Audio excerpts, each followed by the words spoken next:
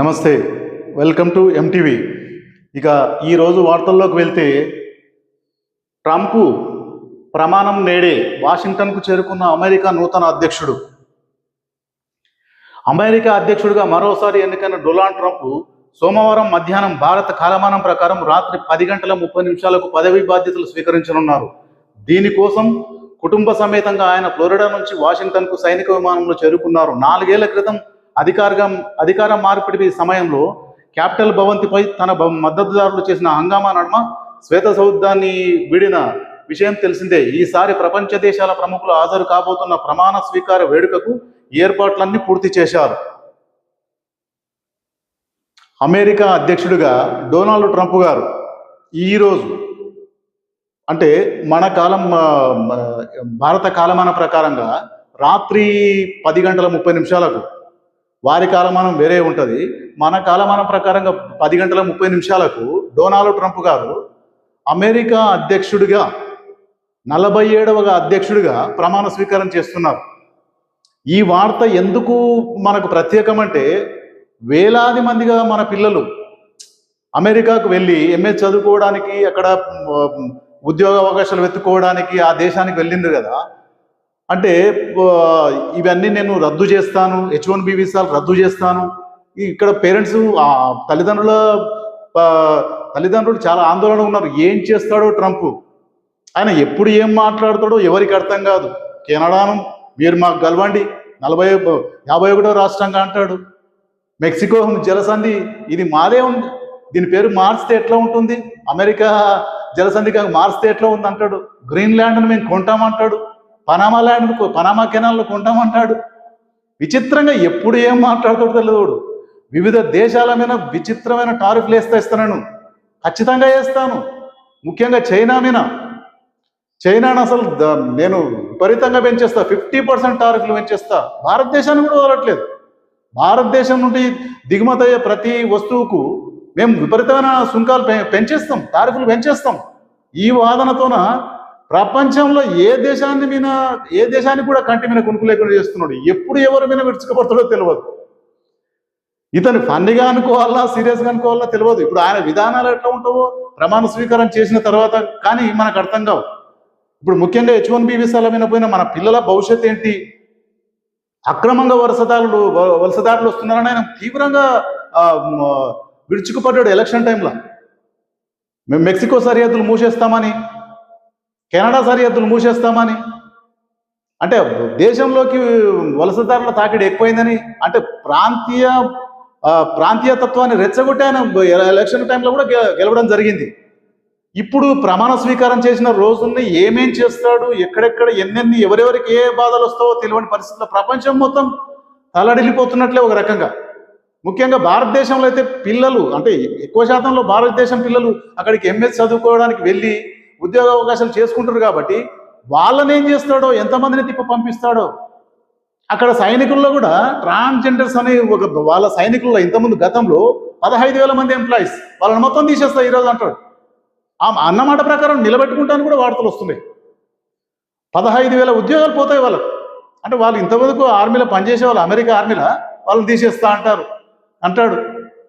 ఇలా రకరకాలుగా ఏ దేశానికి కూడా కంటి మీద కొనుక్కులేవు. మరి ఏం చేస్తాడో చూడాలి. ఈరోజు ప్రమాణ స్వీకారం చేసిన తర్వాత రేపు ఎల్లుండి, అంటే ఈ నెల రోజులు కీలకం. దేని మీద యాక్షన్ తీసుకుంటాడు, ఎవరెవరికి ఏ దేశాలు భారీగా నష్టపోతాయి, ఏ దేశాలకు ఇబ్బంది అవుతుంది, ఇలాంటివన్నీ మనం చర్చించుకోవాల్సి వస్తుంది. ముఖ్యంగా మన పిల్లల వ్యవహారం. అలాగే వివిధ దేశాలకు అందరికి ఆహ్వానాలు పంపిండు, మన దేశానికి కూడా ఆహ్వానం వచ్చింది ఆయన ట్రంప్ గారి ప్రమాణ స్వీకారానికి. మన విదేశీ వ్యవహారాల మంత్రి జయశంకర్ గారు అక్కడికి హాజరవుతున్నారు ఆ కార్యక్రమానికి. అలాగే మరి పారిశ్రామికవేత్తల ఆహ్వానం మేరకు ముఖేష్ అంబానీ దంపతులు, రిలయన్స్ ఇండస్ట్రీస్ అధినేత ముఖేష్ అంబానీ దంపతులు కూడా అక్కడికి చేరుకోవడం జరిగిందంటూ వార్తలు వస్తున్నాయి. అంటే ఆ కార్యక్రమానికి వారు కూడా హాజరవుతారండి. ట్రంప్ గారు ఎప్పుడు ఏం చేస్తారో ఏమవుతుందో అనేది ఒక వివాదాస్పదంగా మారుతుంది. ఆయన నోట్లకి వెళ్ళి ఎప్పుడు ఏ మాట వస్తుంది ఎవరికి అర్థం కాని విషయం అవుతుంది. ఏది ఏమైనా ఆయనను వేరు అనుకుంటారు కానీ ఆయన ఆయన చేసే ప్రతి పని కానీ ఆయన వేసే ప్రతి అడుగు కానీ అమెరికా ఫస్ట్ అనే విషయంలో ఉంటాయి ఆయనకి. ఏ దేశం గురించి ఆయన ఆలోచన చేయడు. ఫస్ట్ మేము, మా అభివృద్ధి, మాకు డబ్బు, మా సంపాదన ఇదే ఉంటుంది. దేని విషయంలోనూ చూసుకోండి, అటు గ్రీన్లాండ్ కొంటామనే ఉద్దేశంలో చూడండి, పనామా కెనాల్ కొంటామనే ఉద్దేశంలోనూ చూడండి, ఎక్కడ చూసినా ఆయనకు ఒక ఖచ్చితమైన ప్రణాళిక ఉంటుంది. ఆయన మనకు బయటికి కనపడేది వేరు కానీ ఆయన లోపల మాత్రం ఖచ్చితంగా ప్రణాళిక ఉంటుంది. అది అమెరికా ఫస్ట్. అక్కడ ఆ విధంగా చేస్తున్నాడు. కానీ ఇప్పుడు మన పిల్లలది పేరెంట్స్ ఆందోళన చెందుతున్నారు. వివిధ దేశాలు కూడా టారిఫ్లు ఏమేం చేస్తాడో అని ఆందోళన చెందుతున్నారు. అది చూడాలి రేపు ఏం జరుగుతుంది. మరి ఆయన ఎలక్షన్లో వాగ్దానం ఇచ్చినట్లు అన్ని పనులు చేస్తాడా, కొన్నిట్లకు సడలింపిస్తాడా, ఏ విషయం త్వరలో తేలుతుంది. ఇక మరో వార్తల్లోకి వెళ్తే, భారీ ఐటీ పార్క్ 450 కోట్లతో హైదరాబాద్లో నిర్మాణానికి అంగీకారం. ముఖ్యమంత్రి రేవంత్ రెడ్డి సమక్షంలో సింగపూర్ కంపెనీ క్యాపిటల్ ల్యాండ్ ప్రకటన. రాష్ట్ర రాజధాని హైదరాబాద్లో మరో భారీ ఐటీ పార్కు ఏర్పాటు కానుంది. 450 కోట్లతో ఐటీ కొత్త పార్కును ఏర్పాటు చేసేందుకు సింగపూర్కు చెందిన క్యాపిటల్ ల్యాండ్ కంపెనీ ముందుకు వచ్చింది. సుమారు 10 లక్షల చదరపు అడుగుల విస్తీర్ణంలో అత్యాధునిక సౌకర్యాలతో ఐటీ పార్కును ఏర్పాటు చేయనున్నట్లు ప్రకటించింది.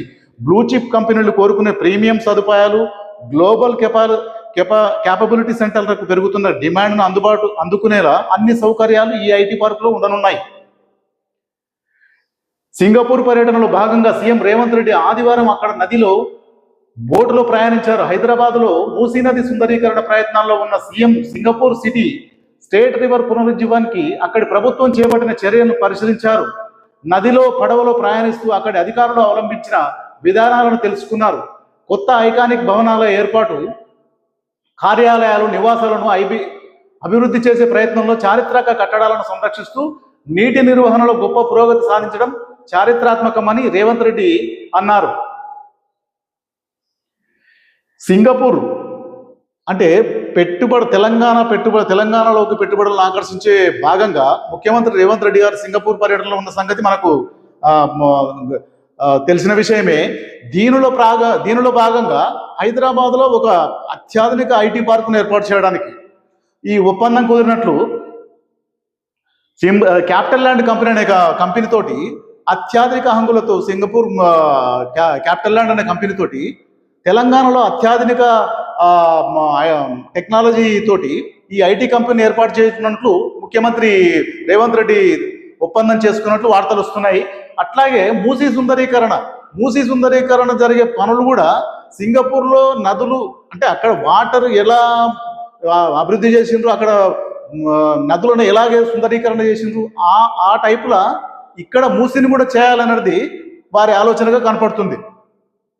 చూద్దాం మూసీని ఎలా చేస్తారు, అక్కడ లెక్కలు చేస్తారా, ఇక్కడ లెక్కలు చేస్తారా, ఎట్లా చేస్తారా అనేది రాబోయే కొన్ని రోజుల్లో తెలిసిపోతుంది.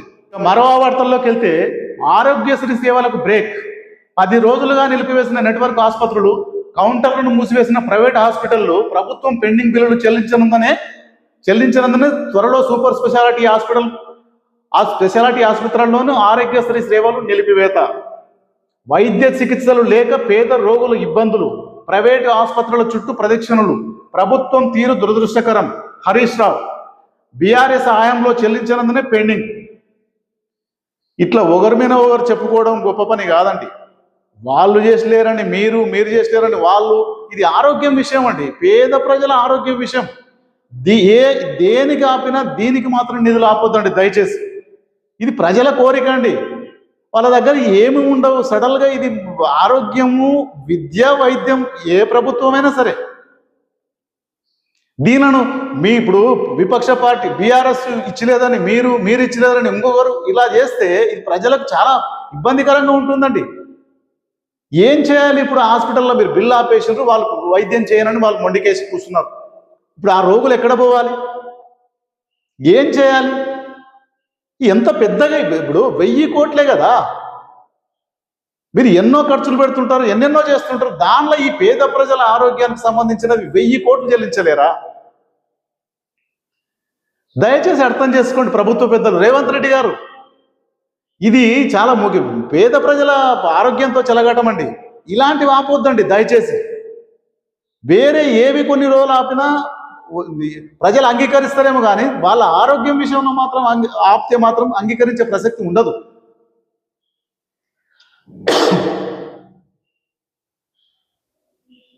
బీఆర్ఎస్ పార్టీ అంటే వాళ్ళ బకాయిలు 1330 కోట్లని మీరు చెప్తారు. వాళ్ళేమో ఇప్పుడు మీరు చేయండి, వీళ్ళు చేస్తలేరని వాళ్ళు అంటారు. ఇట్లా ఒకరి మీద ఒకరు నెపట్టుకునే పద్ధతి కరెక్ట్ కాదది. ఇది ఆరోగ్యం అండి. ఎన్నో రోగాలతో వస్తుంటారు వాళ్ళు ప్రజలు. ఈ స్కీమ్ను మాత్రం దయచేసి ఇది ఆపడం కరెక్ట్ కాదు. ఇది ప్రజల అభ్యర్థన.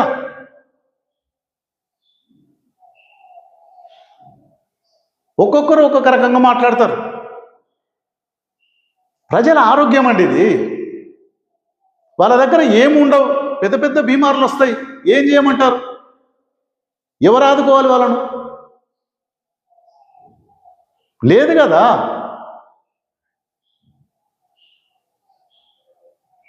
రాష్ట్రంలో ఆరోగ్యశ్రీ సేవలు నిలిచిపోయాయి. 10 రోజులుగా రాష్ట్రంలో నెట్వర్క్ ఆసుపత్రులని డయాలసిస్ లాంటి అత్యవసర సేవలు మినహా మిగిలిన అన్ని రకాల సేవలను నిలిపివేశాయి.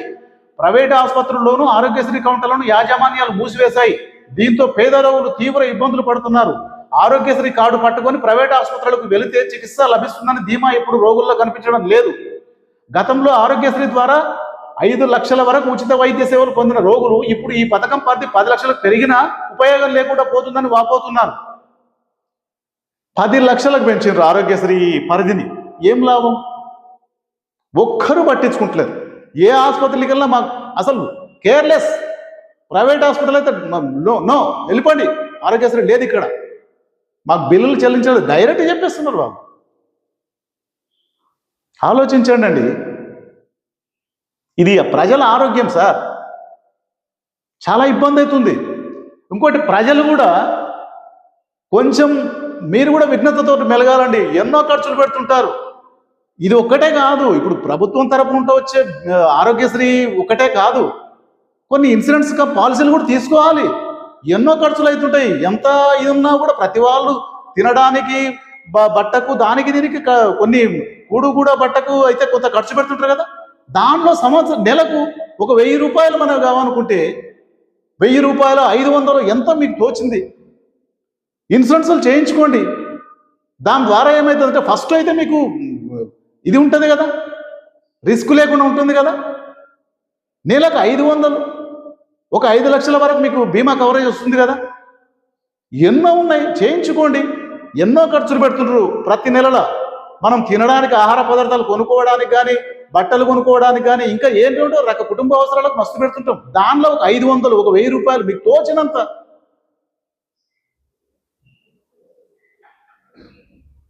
ఇన్సూరెన్స్ చేసుకుంటే ఏమవుతుందంటే ఎప్పుడన్నా ఇలాంటి ఇబ్బందులు జరిగితే, నేను అంటే పూర్తిగా ఈ పథకం తీసివేయడం అని కాదు, ఈ పథకం ఉంటుంది, కానీ మన సేఫ్టీ గురించి కూడా మనం కొంతవరకు ఆలోచించుకోవాలి కదా.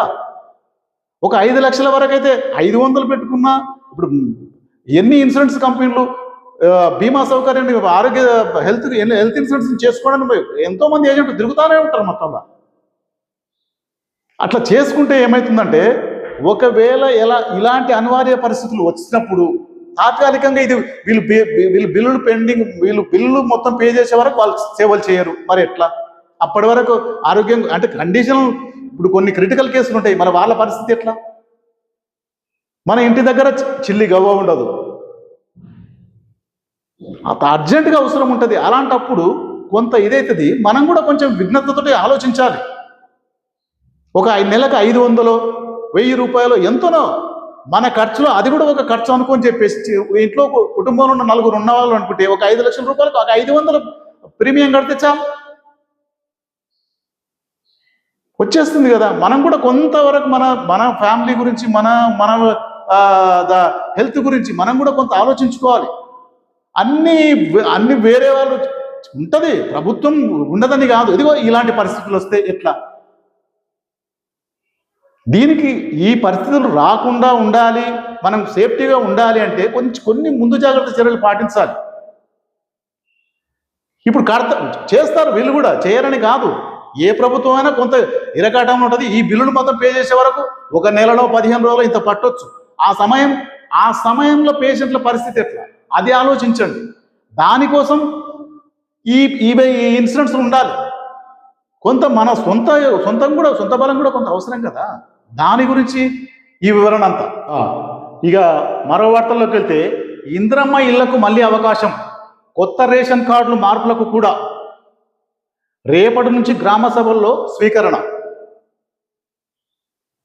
అంటే ఈ రేషన్ కార్డుల విషయంలో కొంత గందరగోళం ఏర్పడింది. ఫస్ట్ కొంతమందికి వచ్చినాయి, కొంతమందికి రాలేదు. అలాంటి వాళ్ళకు కూడా ప్రభుత్వం వివరణ ఇచ్చేది ఏంటంటే, ఇప్పుడు రేపటి నుండి జరిగే గ్రామ సభల్లో మీరు అప్లై చేసుకోండి, ఏమన్నా కొత్త పేర్లను ఎక్కించుకోవడం కూడా ఉంటే దానిలో ఎక్కించుకోండి, మీకు అందరికీ వస్తాయనేటట్లు ఈ ప్రకటన, ఈ వార్త సారాంశం. ఇందిరమ్మ ఇళ్ల కోసం మరోసారి దరఖాస్తులు స్వీకరించాలని రాష్ట్ర ప్రభుత్వం నిర్ణయించింది.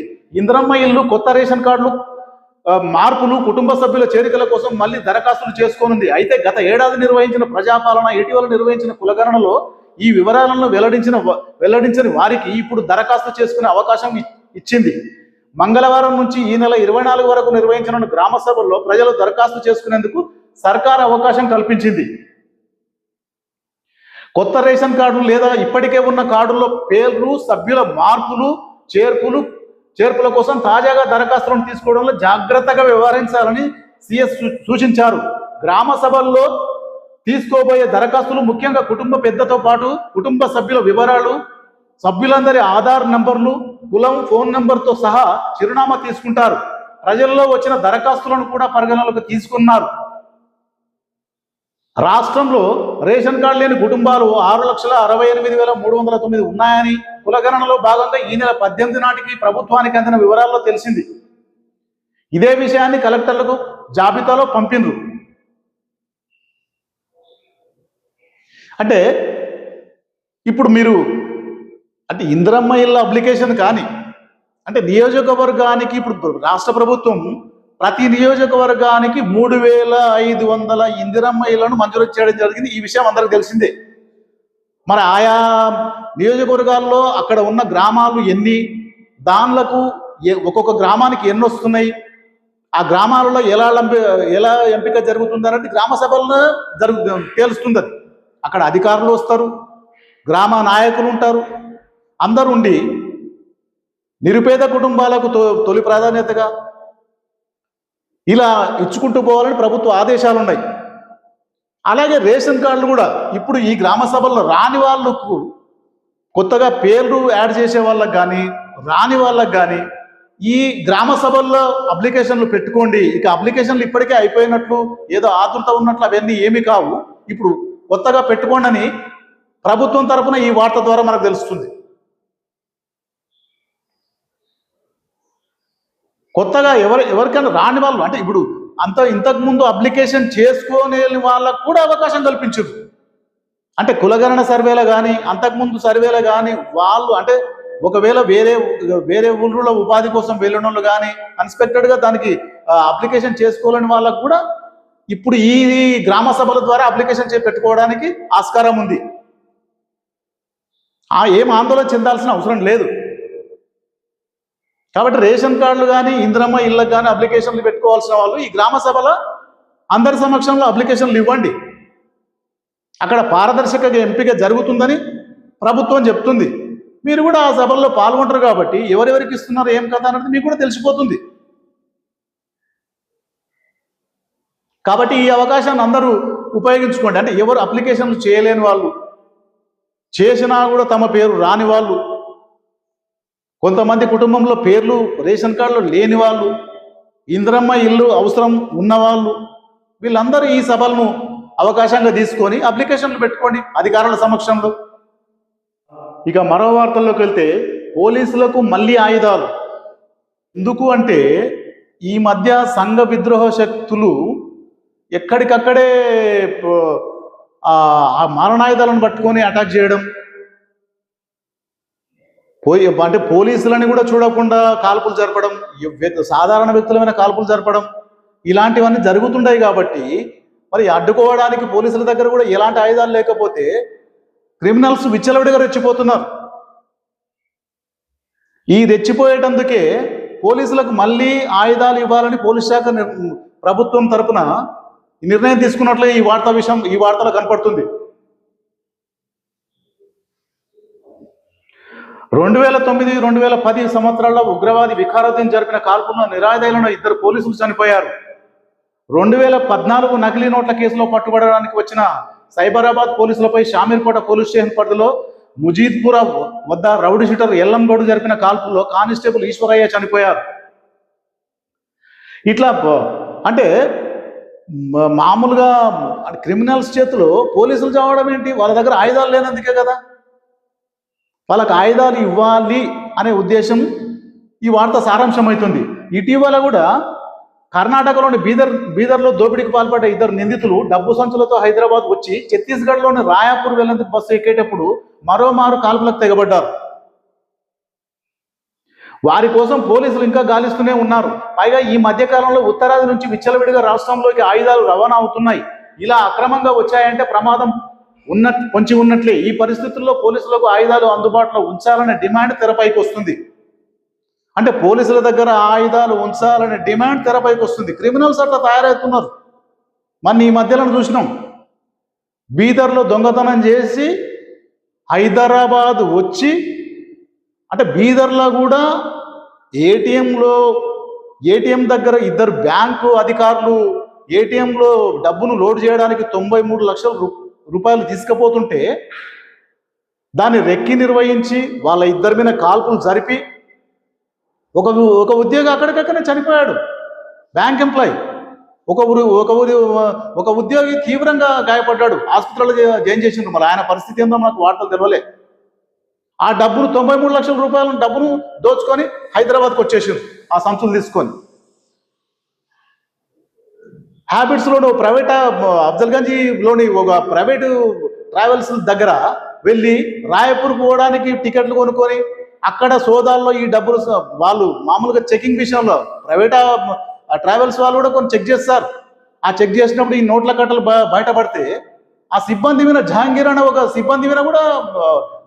ఒక వ్యక్తి మీద కూడా కాల్పులు జరిపింది. ఒకవేళ పోలీసులు ఉన్నా కూడా పోలీసుల మీద కాల్పులు జరుపుతారు. ఎందుకంటే వాళ్ళ దగ్గర ఆయుధాలు లేకుంటాయి కదా. క్రిమినల్స్ దగ్గర ఆయుధాలు పెట్టుకొని ఉన్నప్పుడు పోలీసుల దగ్గర ఆయుధాలు కంపల్సరీ ఉండాలి. ఇంకోటి బ్యాంకర్స్ కూడా ఇది విచిత్రం అని పడుతుంది మొత్తాల. బ్యాంకు వాళ్ళు కూడా సరి అయిన ఇప్పుడు డబ్బును తరలించేటప్పుడు కానీ ఏటీఎంలో డబ్బును లోడ్ చేసేటప్పుడు కానీ సరి అయిన భద్రత వ్యవహరించడంలో వాళ్ళకు రెస్పాన్సిబిలిటీ లేదా అండి? అంటే ఎవరి సొత్తు ఏమన్నా కాకోకనే ఎన్ని జరుగుతున్నాయండి. బ్యాంకులను ఊడ్చేస్తుంటారు క్రిమినల్స్. అంటే భద్రతా లోపాలు చూసుకోవడం బ్యాంకు మేనేజర్ కానీ బ్యాంకు సిబ్బంది రెస్పాన్సిబిలిటీ కాదా? పోనీ అక్కడ ఏమన్నా అంటే బ్యాంకు ప్రమాదంలో ఉంది అన్న సంగతి పోలీసులకన్నా కంప్లైంట్ చేసి చెప్తారా? అది లేదు. సీసీ కెమెరాలో అవి ఎప్పుడో పెట్టింటారు. అవి ఆ నిర్వహణ ఎట్లా ఉంటుందో తెలియదు. ఇంకోటి అందరికీ ఇప్పుడు బ్యాంకు లోపలికి పోగానే సీసీ కెమెరాలు కనపడేటట్లు పెడితే దొంగలు కూడా ఏం చేస్తారు? తనను కూడబెరికి దొంగతనం చేసుకొని పోతారు. అట్లా కాకుండా రహస్య ప్లేసుల్లో పెట్టడానికి ప్లాన్లు ఉన్నాయి కదండి, పెట్టుకోవచ్చు కదా అట్లా. ఇప్పుడు అక్కడ బీదర్లో ఆ బ్యాంకు 2 ఎంప్లాయీస్ పక్కల ఒక మంచి శిక్షణ కలిగిన సెక్యూరిటీ ఉండి వాళ్ళ దగ్గర ఆయుధాలు ఉంటే ఈ ఘోరం జరిగి ఉండేదా? ఒక నిండు ప్రాణం పోయి మళ్ళీ ఒక వ్యక్తి తీవ్రంగా కాల్పులకు గురయ్యి హాస్పిటల్లో చేరేవాడా? కాదు కదా. మరి వాళ్ళు ఎందుకు తీసుకోరు? అది ప్రజాధనం కదా, లూట్ అయ్యేది ప్రజాధనం కదా, మీదేం కాదు కదా. భద్రత తీసుకోవాల్సిన బాధ్యత మీకు లేదా? ప్రతి బ్యాంకు వాళ్ళు అంతే. కొన్ని బ్యాంకులు అయితే అసలు మండల హెడ్ క్వార్టర్లలో ఉండేటివి అసలు దానిలో ఏ మాత్రం సెక్యూరిటీ ఉండదు, ఎవరు ఉండరు అక్కడ. సెక్యూరిటీ అనేదే ఉండదు. పట్టపగలంటే ఎవరో చూస్తారు, రాత్రిపూట ఇంటీరియర్లో ఉంటాయి. మళ్ళీ అవి ఎవరు రెస్పాన్సిబిలిటీ? ఇటీవల హైదరాబాద్ సిపి గారు, రాచకొండ సిపి గారు సుధీర్ బాబు గారు ప్రెస్ మీట్ పెట్టి విడుదల చేసిండ్రు వాళ్ళు. 489 బ్యాంకులు, రాచకొండ పరిధిలో గల 489 బ్యాంకులను వాళ్ళు పరిశీలించిండ్రట. సిపి గారు చెప్పిన వార్త ప్రకారంగా వాళ్ళ సిబ్బందిని మెట్టబెట్టుకొని ఈ 489 బ్యాంకులను తనిఖీ, అంటే భద్రతా చర్యలు ఏ విధంగా ఉన్నాయని వాళ్ళు పరిశీలిస్తే దానిలో విస్తుపోయే వార్తలు చెప్తున్నారు సిపి గారు. కొన్ని బ్యాంకులు అసలు పురాతనమైన బిల్డింగులలో ఉన్నాయి.